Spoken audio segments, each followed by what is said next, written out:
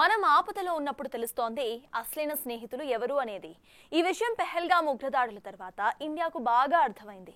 ఇప్పుడు ఇరాన్కు అంతకంటే బాగా అర్థమవుతోంది. ఎందుకంటే అమెరికా దాడుల తర్వాత తనతో కలిసి అడుగులు వేసేవారు ఎవరు అనేది బాగా తెలిసొచ్చింది. కానీ అత్యంత బాధాకరమైన విషయం ఏంటంటే ఇప్పుడు ఇరాన్ ఒంటరిగా ఉండింది. ఎన్నో స్నేహ దేశాలు ఉన్నా సరే ఇప్పుడు ఇరాన్ అసలు ఎందుకు ఒంటరిగా మిగిలింది? దానికి కారణం ఏంటి? యుద్ధంలో ఒంటరైన ఇరాన్, అండగా నిలవని ఆప్త దేశాలు, ముఖం చాటేసిన చైనా, రష్యా, జోక్యం చేసుకోలేమన్న రష్యా, ఇరాన్, ఇజ్రాయెల్ మధ్య చాలా రోజులుగా దాడులు జరుగుతున్నాయి. ఇప్పటికీ పరస్పర దాడులతో మిడిల్ ఈస్ట్ రీజియన్ లో టెన్షన్స్ పీక్స్ కు చేరాయి. కానీ ఎప్పుడైతే ఈ యుద్ధంలోకి అమెరికా ఎంటర్ అయిందో సీన్ మారిపోయింది. ఇరాన్ పై తాము దాడులు చేశామని ఏకంగా అమెరికా అధ్యక్షుడు డొనాల్డ్ ట్రంప్ ప్రకటించారు. అమెరికా ఆర్మీ అధికారులు కూడా ఆపరేషన్ మిడ్ నైట్ హ్యామర్ పేరుతో దాడులు చేశామని, అన్ని సక్సెస్ అయ్యాయంటూ ప్రకటించారు కూడా. తాము ఏ విధంగా దాడులు చేశామో చెప్తూ అమెరికన్ ఆర్మీ పనితీరుపై ప్రశంసలు కురిపించారు. కానీ ఈ దాడులతో ఇప్పుడు కేవలం మిడిల్ ఈస్ట్ కే పరిమితమైన టెన్షన్స్ ఇప్పుడు వరల్డ్ వైడ్ గా మారాయి.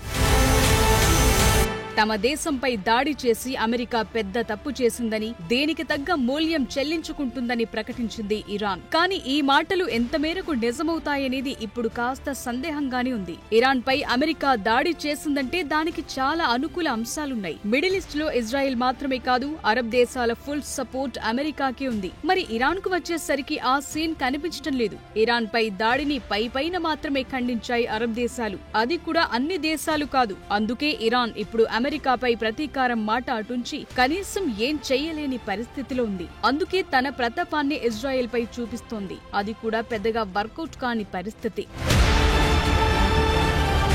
ఇప్పుడు ఇరాన్ ఎలా ఒంటరిగా మారిందో చూద్దాం. నిజానికి ఇరాన్ పెంచి పోషించిన హమాస్, హిజ్బుల్లా, హౌతీలు, ఇరాక్ లోని పలు మిలిషియా సంస్థలను ఇప్పుడు ఇరాన్ ఉపయోగించుకునే అవకాశాలున్నాయి. కానీ క్షేత్రస్థాయిలో ఆ పరిస్థితులు లేవు. ఇజ్రాయెల్ దాడులతో ఇప్పటికీ హమాస్, హిజ్బుల్లా లీడర్షిప్ తుడిచిపెట్టుకుపోయింది. హమాస్, హిజ్బుల్లాకు ఎవరు చీఫ్ గా వచ్చినా వారిని మట్టుబెడుతూ వస్తోంది ఇజ్రాయెల్. ఇక రెడ్ సీలోని హౌతీలపై ఈ మధ్య వరుస దాడులు చేస్తూ వారిని అణచివేస్తోంది అమెరికా. సో ఇరాన్ ఇన్నాళ్లపాటు పెంచి పోషించుకున్న సంస్థలు మరీ యాక్టివ్ గా లేవు. అలాగని తుడిచిపెట్టుకుపోలేదు. అక్టోబర్ 7 దాడుల తరువాత ఇజ్రాయెల్ ఓ పద్ధతి ప్రకారం దాడులు చేస్తూ వచ్చింది. ఈ దాడుల వెనుక ఇరాన్ ఉన్నట్టు అనుమానించినా కావాలని ఇరాన్ పై డైరెక్ట్ గా దాడులు చేయలేదు. మొదట దాడులు జరిపిన హమాస్ పై ఫోకస్ చేసింది. ప్రపంచ వ్యాప్తంగా ఎన్ని విమర్శలొచ్చినా పట్టించుకోకుండా తన పని తాను చేసుకుంటూ పోయింది. హమాస్ వీక్ కావడంతో లెబనాన్ లో ఉన్న హిజ్బుల్లా దాడులు ప్రారంభించింది. ఇక ఇజ్రాయెల్ ఫోకస్ ఆ సంస్థపై పెట్టి వరుస దాడులు చేసింది. ఈ రెండు సంస్థలు వీక్ కావడంతో హౌతీలు సీన్ లోకి ఎంటర్ అయ్యారు. భౌగోళికంగా ఇజ్రాయెల్ కు యెమెన్ దూరంగా ఉండడంతో ఆ బాధ్యతను అమెరికా తీసుకుంది. రెడ్ సీలో కార్గో షిప్లను అడ్డుకుంటున్నారన్న పేరుతో హౌతీలపై విరుచుకుపడింది. దీంతో ఇరాన్ పెంపుడు సంస్థలు వీక్ గా మారాయి. ఇక ఇతర దేశాల విషయానికొస్తే సీన్ మరోలా ఉంది. ఎందుకంటే ఇరాన్ పై అమెరికా దాడి జరిపింది అనగానే మొదట వినిపించిన పేర్లు చైనా, రష్యా, పాకిస్తాన్. ఇందులో పాకిస్తాన్ నేరుగా మద్దతిస్తుంటే రష్యా, చైనాలు పరోక్షంగా మద్దతు పలుకుతున్నాయి. ఎందుకంటే ఈ దేశాలతో ఇరాన్ కు ఉన్న బంధువు అలాంటిది. చైనా మెజారిటీ ఆయిల్ దిగుమతులు ఇరాన్ నుంచే చేసుకుంటోంది. ఇక ఇరాన్, రష్యా దోస్తీ ఈనాటిది కాదు. ఉక్రెయిన్ తో జరుగుతున్న యుద్ధంలో రష్యా, ఇరాన్ డ్రోన్లను కూడా వాడింది. అందుకే ఈ రెండు దేశాలు ఇరాన్ కు అండగా ఉంటాయని అంతా భావించారు. కానీ అలా జరగలేదు.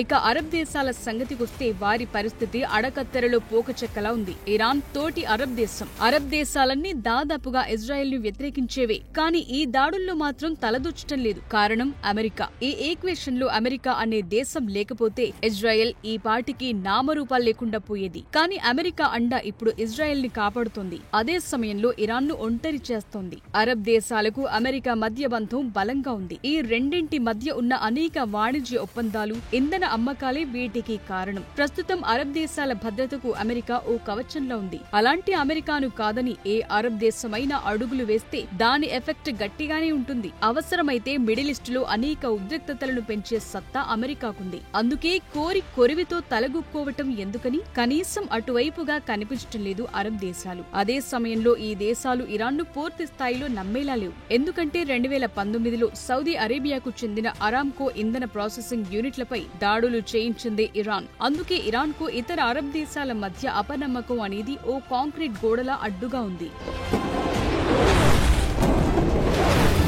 అరబ్ దేశాల నేతలు ఇప్పటికే ఇరాన్ కు క్లియర్ కట్ గా ఓ సందేశాన్ని పంపాయి. ఈ యుద్ధంలో తాము ఏ సహాయం చేయలేం, అదే సమయంలో ఇరాన్ తమపై దాడులు చేయొద్దని. ఈ విజ్ఞప్తిని ఇరాన్ ఎంతవరకు పాటిస్తాయన్నదే తెలియదు కానీ ప్రస్తుతానికి ఇరాన్ కు తోటి అరబ్ దేశాల మద్దతు లేదని మాత్రం తెలుస్తోంది. అరబ్ దేశాల విషయాన్ని పక్కన పెడితే రష్యా, చైనా ఇప్పుడు ఇరాన్ ను ఎందుకు ఒంటరి చేశాయి? దానికి వారు చెప్తున్న కారణాలేంటి? పాకిస్తాన్ ను అమెరికా ఎలా సైలెంట్ చేసింది?